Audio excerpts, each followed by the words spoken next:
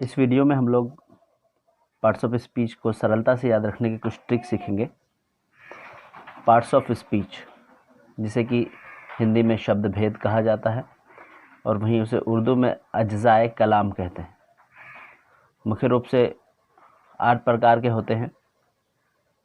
पहला नंबर आता है नाउन का। इंग्लिश में नाउन कहते हैं, हिंदी में उसी को संज्ञा और उर्दू में इसम कहा जाता है।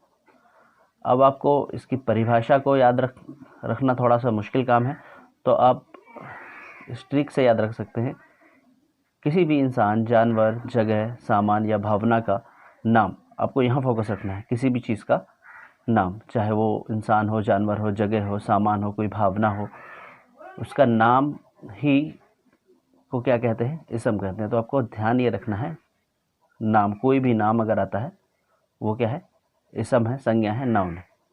जैसे मोहन, लड़की, गाय, कबूतर, गांव, दिल्ली, मेला, चीनी, मिठास आदि वगैरह वगैरह। अब दूसरे नंबर पर आता है आपका प्रोनाउन। प्रोनाउन जिसको कि हिंदी में सर्वनाम कहते हैं और उसी को उर्दू में ज़मीर कहा जाता है। अब आपको यहाँ ध्यान क्या रखना है? किसी के नाम के बदले प्रयोग होने वाले शब्द, नाम के बदले में। आपके साथ अक्सर ऐसा होता है कि आप किसी के बारे में बात कर रहे होते हैं। मान लीजिए आप श्याम के बारे में बात कर रहे हैं, तो श्याम एक अच्छा लड़का है, श्याम रोज़ पढ़ने आता है, श्याम के पिताजी का नाम हरीलाल है। तो बार बार श्याम श्याम ना आकर के आप उसमें कर सकते हैं, श्याम एक अच्छा लड़का है, वो रोज़ पढ़ने आता है, उसके पिताजी का नाम हरीलाल है।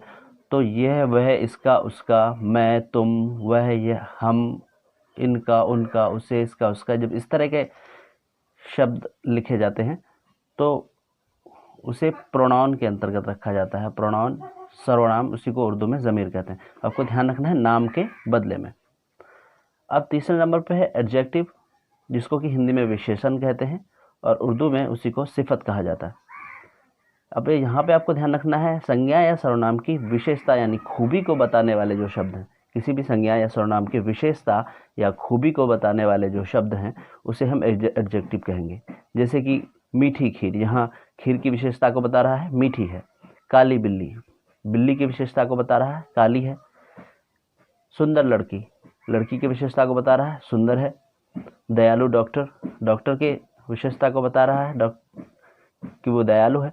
तो इसी तरह किसी भी नाउन या प्रोनाउन यानी संज्ञा या सर्वनाम के विशेषता यानी खूबी को बताने वाले जो शब्द होंगे उसे हम एडजेक्टिव के अंतर्गत रखेंगे, जिसको कि विशेषण कहते हैं हिंदी में, उर्दू में सिफत कहते हैं।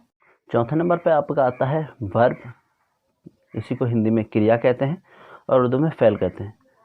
वह शब्द जो किसी काम का होना बताए। काम, आपको यहाँ ध्यान क्या रखना है?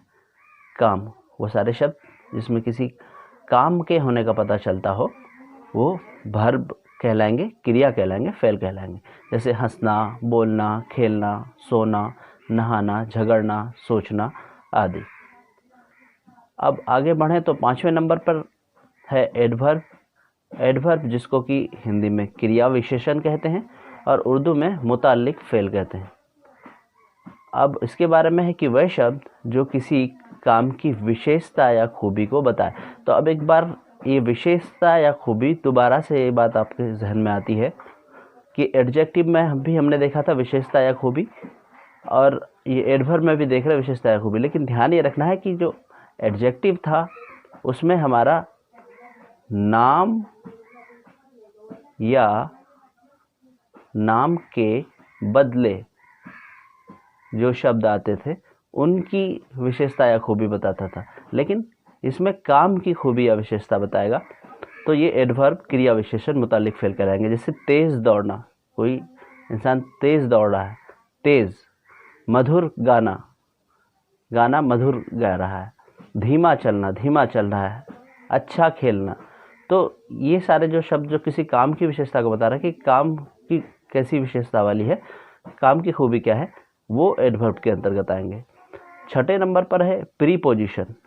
प्रीपोजिशन जिसको कि हिंदी में संबंध सूचक कहते हैं और उर्दू में कहते हैं हर्फ़े रब्त।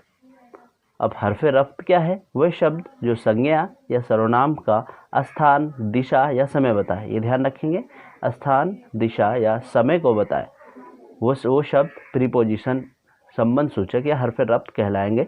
जैसे कि फर्श पर कटोरा, पानी में मछली, पेड़ के पीछे, पुल से नीचे, राम से पहले। तो आप यहाँ पे देखेंगे कि कहीं ना कहीं हर शब्द में कहीं पे स्थान, तो कहीं पे दिशा, तो कहीं पे समय बताया जा रहा है।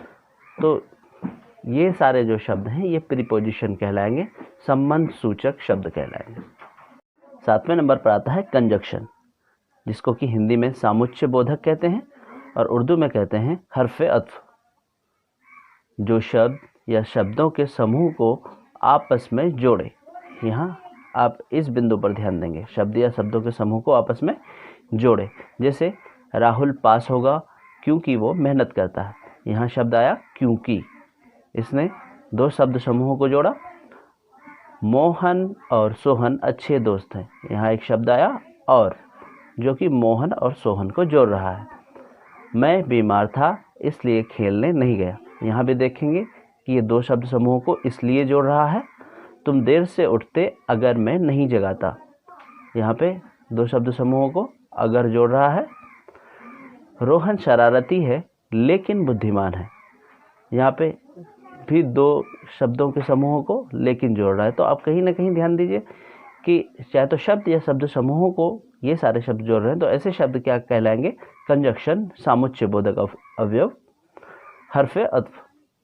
अब 8वें नंबर पर देखेंगे आप, तो 8वें नंबर पर आता है इंटरजेक्शन, जिसको कि हिंदी में विस्मय आदि बोधक कहते हैं और उर्दू में हरफ फिजाइया कहते हैं। अब इन सारे शब्दों को कैसे पहचानें? तो खुशी, गम या हैरत, गुस्सा वगैरह की हालत में अचानक मुंह से निकलने वाले शब्द।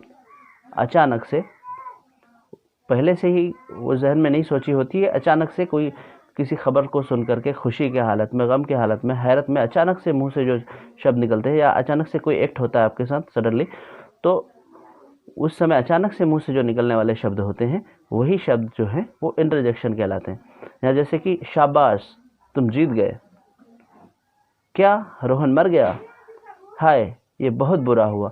तो अचानक से आपके मुंह से सडनली ये शब्द किसी घटना को या के होने पर या किसी तरह की कोई बात होने पर अचानक से आपके मुंह से जो शब्द निकलते हैं वो शब्द इंटरजेक्शन, विस्मय आदि बोधक हरफ फिजाइया कहलाता है। अब हरफ फिजाइया को आप अपने निजी ज़िंदगी में भी समझ सकते हैं। सपोज कीजिए आपका कोई शरारती दोस्त आपको आकर के एक पिन चुभो दे, तो सडनली आपके मुंह से आवाज़ निकलेगी, तो वो आवाज़, जो भी शब्द निकलेगा आपके मुंह से सडनली, उसको विस्मय आदि बोधक यानी इंटरजेक्शन के अंतर्गत रखेंगे। तो मुझे उम्मीद है कि आपने पार्ट्स ऑफ स्पीच को बेहतर तरीके से समझा होगा। अगर आप लोगों को वीडियो अच्छी लगी हो तो लाइक कर दें और चैनल को सब्सक्राइब कर दें।